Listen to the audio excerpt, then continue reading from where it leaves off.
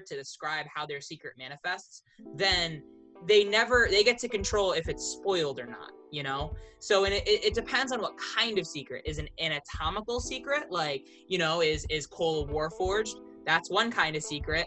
That got spoiled just because he died and the party had to try to revivify him. Is it a backstory secret?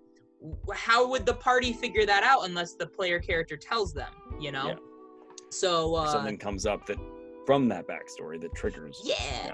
And this and actually I liked what you said, Adam, which is it resolves by stepping out of character. And a lot of these next few things are things that I had in the back of my head, and it made me realize I need to step out of the game between sessions to really solidify this. So the first one is the way I've been using backstories in this latest campaign, which is almost every player character is really cool because they come from a different part of the world, which isn't something I expected. It's just something that was kind of cool that happened. So Adam's orc character, Fennec, comes from Kolvik, right? Which is like this orc stronghold, very warrior city. You know, and Ian's character, Moo, who's a Warforged, was trained in the Titanwood, which is where the Fae live. Two very different areas. And basically what happens is when the party goes to that area, I set up that player in advance with, this is what your character knows because that's what the backstory is tied to. And now it's up to that player to choose which information to dispense in the way their character would dispense it. So as the DM, I'm not like, Ian's character tells you this, because now that's taking away from immersion and storytelling details. Instead, it's like, Ian, your character would know this, but I get to whisper it ahead of time so that way, like, Ian gets to speak in character or write in character in chat is how we usually do it. You know, what information? Now, I also, one of my expectations is that I didn't really even know I had until it came up, was that when this happens, it's up to the player character. They're almost like responsible for the party at that point to be the guide into this new realm, right? And I saw it work brilliantly with the Titanwood game, the one you guys were a part of, which is like, listen, Moo comes from here. Jen's character also comes from a nearby town. Like Fennec, which is Adam's character, and Zoe, which is other Stephanie's character, they aren't used to this area. So they have to rely on the information I gave Ian and Jen and their characters that they're dispensing to guide them into this new thing, which now gives you two perspectives, that of the person returning home and the person who's a newcomer, you know? So, and you get a really fresh mix of perspectives, and you get a very cool story out of that too. Now, what happened with this latest game is we had a player who was from the main region, and I would whisper him details and he'd be like, good to know. But then he wouldn't tell the party. So the party was like, hey, we're new here. Do you know stuff? And he's like, yeah. And it's like, do you want to tell him? So it was like I hadn't done a good job as a dungeon master being like, this is my expectation that you have to be the guide to this people. And you're going to be usually the front man in a few conversations. And, you know, you have a lot of this relevant information to use, but then they wouldn't tell the party for the party to use. Only they could use it.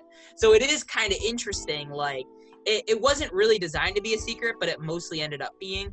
But I also thought that was a cool way of using backgrounds that I had never really seen used as in depth, which is your character gets extra information. How do they choose to help the party in this social interaction way, in addition to their mechanical role? Yeah, we had that in it worked really well in Gray's chapter 2 when we introduced the noble courts, which a lot of the other characters would have zero knowledge on anyway. So I felt confident you would need a guide in order to hide in plain sight in that space. So the characters of Sieve and Nox, who are in that world, and then the NPC Melisande, are in the noble court. So they had like someone, I think it was Shelley, that pointed out, oh my gosh, you have a document. Like they had a physical document of these are all the people in the court. These are what they do. This is how they work. And this is what they're going to talk to. And it allowed a defensible position so that they could outfit everyone in a certain way so that they could basically hide in plain sight at the gala.